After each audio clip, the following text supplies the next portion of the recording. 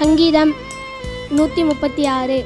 கர்த்தரை துதிங்கள், அவர் நல்லவர், அவர் கிருபை என்றும் உள்ளது. தேவாதி தேவனை துதிங்கள், அவர் கிருபை என்றும் உள்ளது. கர்த்தாதி கர்த்தரை துதிங்கள், அவர் கிருபை என்றும் உள்ளது.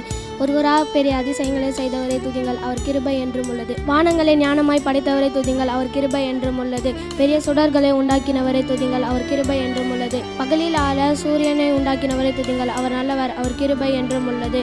இருளை ஆள சந்திரர்களையும் நட்சத்திரங்களையும் படைத்தவரை துதிங்கள், அவர் கிருபை என்றும் உள்ளது. எகிப்தியருடைய தலைச்சங்களை சங்காரித்தவரை துதிங்கள், அவர் கிருபை என்றும் உள்ளது. அவர்கள் நடுவிலே இருந்து இஸ்ரவேலர்களை புறப்பட பண்ணினவரை துதிங்கள், அவர் கிருபை என்றும் உள்ளது. பலத்த கையினாலும் ஓங்கிய புயலினாலும் அதை செய்தவரை துதிங்கள், அவர் கிருபை என்றும் உள்ளது. சிவந்த சமுத்திரத்தை இரண்டாய் பிளந்தவரை துதிங்கள், அவர் கிருபை என்றும் உள்ளது. அதன் நடுவிலே இஸ்ரவேலர்களை புறப்பட பண்ணினவரை துதிங்கள், அவர் கிருபை என்றும் உள்ளது. பார்வோனையும் அவன் சேனைகளையும் சிவந்த சமுத்திரத்தின் கீழ்விழை பண்ணினவரை துதிங்கள், அவர் கிருபை என்றும் உள்ளது.